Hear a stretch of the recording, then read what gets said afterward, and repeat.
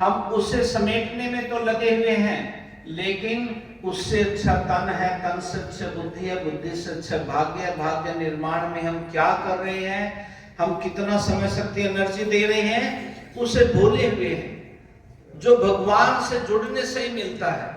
तो अतः परम पिता शिव परमात्मा, जिसकी हम आज, वैसे तो 26 फरवरी को शिवरात्रि मनाई गई, लेकिन आज यहाँ प्रोग्राम रखा है और इस प्रोग्राम के तहत इतने दूर दराज से हमारी पवित्र बहनें आई हैं और इस कार्यक्रम को सफल बनाने के लिए, इसलिए आप सभी शिव बाबा के जयंती के उपलक्ष्य में आए और आकर के शिव बाबा को प्रत्यक्ष करने के लिए आज चांदपुर में ऐसे चांद चढ़ा दिया कि यहाँ के निवासी भी जान जाएं कि भगवान धरती पर आया और आकर के इस सृष्टि के पुनर्निर्माण में अपना इन पवित्र कन्याओं के पवित्र मुख से पवित्र गीता ज्ञान देकर और पवित्रता की स्थापना, पवित्र समाज की स्थापना कर रहे हैं। जो इस बात के रहस्य को समझ जाता है,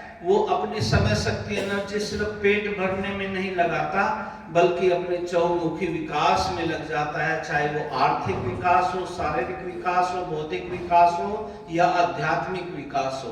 तो इसलिए हमें चौमुखी विकास करना है। और जो भारत एक जैसे कमजोर पड़ गया था, सोने की चिड़िया, इसका हर व्यक्ति कागज की पुड़िया तक सीमित हो गया था कि कागज। वैसे तो बिजनौर हमारा ये महात्मा विदुर की पुण्य धरा है और इस धरा पर सभी पुण्य आत्माओं का यहाँ आगमन पर मैं चांदपुर में आप सबका बहुत बहुत स्वागत और अभिनंदन करती हूँ। वास्तव में हम चांदपुर वाले धन्य हैं जो ऐसे भाई बहनों का और ऐसे आध्यात्मिक केंद्र का यहाँ खुलना। मैं पहले ही दीदी को बधाई दे रही थी कि जब जहाँ कहीं पुण्य आत्मा होती है, उनके दर्शन होते हैं, तो ऐसे मनुष्यों का तो भाग्य का कुछ कहना ही नहीं, भाग्य नहीं बल्कि सौभाग्य होता है जहाँ पुण्य आत्माओं का हमें मिलन होता है, उनके दर्शन होते हैं। तो हम सब वास्तव में भाग्यशाली हैं। और अभी जैसा सभी ने बताया कि मुस्कुराना और क्या शुक्रियाना और किसी का दिल ना दुखाना, ये चीज तो हमें अपने जीवन में याद रखनी चाहिए। और अभी बता रहे कि पूरा जीवन उन्होंने समर्पण कर दिया, लेकिन हमें 24 घंटे मिलते हैं, तो हम 24 घंटे में 1 घंटा तो अपने भगवान, अपने शिव का, जो भी जिसको भी हम मानते हैं, ऐसे आराध्य का हमें 1 घंटा स्मरण जरूर करना चाहिए, चाहे जो भी समय मिले।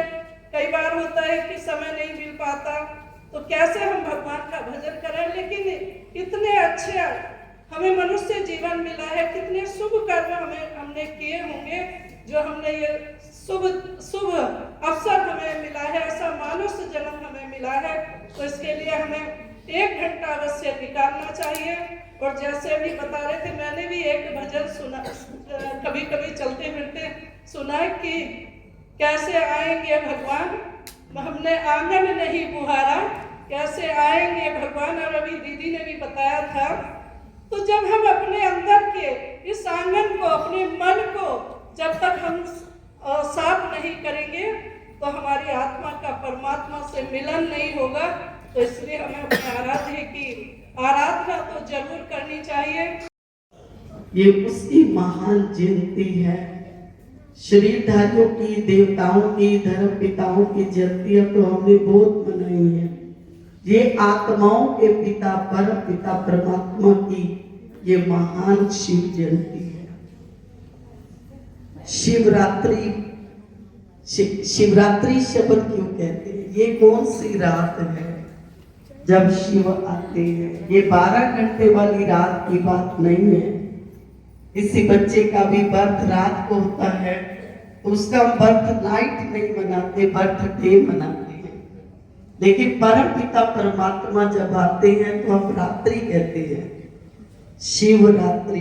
ये कौन सी रात? घोर कलयुग रूपी अंधेरी रात, अज्ञानता की रात, जब इस धरा पर पाप बढ़ जाता है, दुख अशांति बढ़ जाती है, तब परम पिता परमात्मा को इस धरा पर खुद आना पड़ता है। इसलिए इसको स्वयं भू भी कहते हैं। स्वयं वो धरा पर आकर के सबसे पहले हमको हमसे मिलाते हैं। ये बच्चे पहले आप कौन हो, पहले अपने को पहचानो। तो सबसे पहले परमात्मा हमारी पहचान देते हैं। ये बच्चे, आप शरीर नहीं, आप शरीर को चलाने वाली चेतन शक्ति आत्मा स्टार। ये बॉडी कार, आत्मा स्टार। चले जाओ, हर 3 किलोमीटर के बाद आप देखेंगे शिवालय मिलता है। हर गांव में शिवालय मिलता है। उस गांव को सोना समझते हैं। अगर वहां शिव मंदिर नहीं है, मैं समझता हूँ चांदपुर में भी जरूर होगा शिव मंदिर और शिवालय और शिवलिंग। क्या कारण? देश में और विदेश में, मॉरिशस में तो 5 किलोमीटर की लाइन लगती है शिवरात्रि के टाइम पे उस शिव भोले का दर्शन 1 सेकंड के लिए करने के लिए। सोचिए जरा, द्वादश शिवलिंग, सारे के सारे जिसपे पूरा हिंदुइज्म की आस्था टिकी हुई है, वो सब उसी के गुणवाचक नाम। काशी में चले जाओ, काशी विश्वनाथ, विश्वनाथ सारे विश्व का नाम, वहां भी शिवलिंग की प्रतिमा। गुजरात में चले जाओ, सोमनाथ, ज्ञान का सोमरस पिलाने वाला। अमरनाथ, कश्मीर में अमर आत्माओं का नाम। केदारनाथ, बद्रीनाथ, महाकालेश्वर, कालों का काल महाकालेश्वर उज्जैन में। रामेश्वर, मुझे सौभाग्य मिला है सारे 12 के 12 देखने का, क्योंकि मैं सेवाओं के प्रोग्राम में करता हूं, तो वहां वो भी देख के आए। सभी उसके नाम है। और वहां शिवलिंग कौन है? वो रामेश्वर में श्री राम जी भी शिवलिंग पे जल चढ़ा रहे, कृष्ण में श्री कृष्ण जी भी शिवलिंग पे जल चढ़ा रहे। कौन है राम को राम बनाने वाला, कृष्ण को कृष्ण बनाने वाला? वो है परम पिता शिव परमात्मा, निराकार, जन्म मरण से न्यारा। त्रिमूर्ति 3 रेखाएं उस पे दिखाते हैं। ब्रह्मा विष्णु शंकर का रचयिता, तीनों त्रिदेव का भी रचयिता। क्या कारण? शिव पुराण में कहा, ब्रह्मा देवताय नमः, विष्णु देवताय नमः, शंकर देवताय नमः, फिर ऊपर से कहते हैं शिव परमात्माय नमः नमः। शंकर, उसकी याद से ही हमारे अंदर उनके गुण और शक्तियां आती हैं, जिसके आधार से हमारे संस्कार बदलते हैं। आप ये सोचो, जब हम जाएंगे अपने साथ क्या है?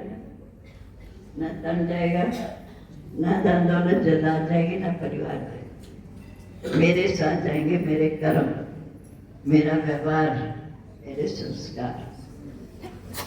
जो चीज साथ जाने वाली है, हम उसका ध्यान। अब समय बीता जा रहा है, परिवर्तन होता जा रहा है।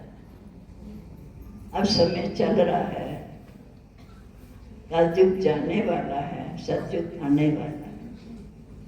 सतयुग जहाँ पर दूध घी की नदियाँ बहती, जिसे हम कहते हैं सोने की चीजें। सतयुग में श्री लक्ष्मी श्री नारायण का राज्य, श्री कृष्ण का राज्य। आज श्री कृष्ण का जीवन देखो तो हर एक के दिल में प्यार आता है। क्यों आता है? क्योंकि उसने इससे पहले जन्म में अच्छा पुरुषार्थ किया। आज वो समय है, आज हम जैसा पुरुषार्थ करेंगे वैसी हमें प्राप्ति होगी। वही हमारा संस्कार हमारे सामने है। इसलिए प्यारे भाई और बहनों, अपने जीवन को संभाल लो। आज हम कहते हैं समय नहीं मिलता, लेकिन समय हमें जबरदस्ती निकालना पड़ेगा। आज निकालेंगे, कल प्राप्त करेंगे। भगवान तो कहते तुम 1 करो, मैं 1000 कदम तुम्हारी मदद करूंगा, पर पहला कदम हमें उठाना। इसलिए आप इस बात को देखते हुए कि नई दुनिया लानी है, उसके लिए हम सब निमित्त हैं। उसके लिए तो बिल्कुल चुटकी भरा काम भी नहीं है, लेकिन हम चिंताओं में डूबकर, बोझ लेकर अपने आप को सचमुच चिंतावान बना देते हैं, लेकिन वो चिंता लेने के लिए बैठा है, बोझ लेने के लिए बैठा है और हमें फ्री करने के लिए बैठा है।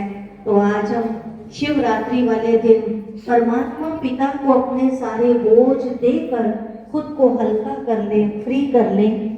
तो अभी मैं एक छोटे से बच्चा जो कान्हा सब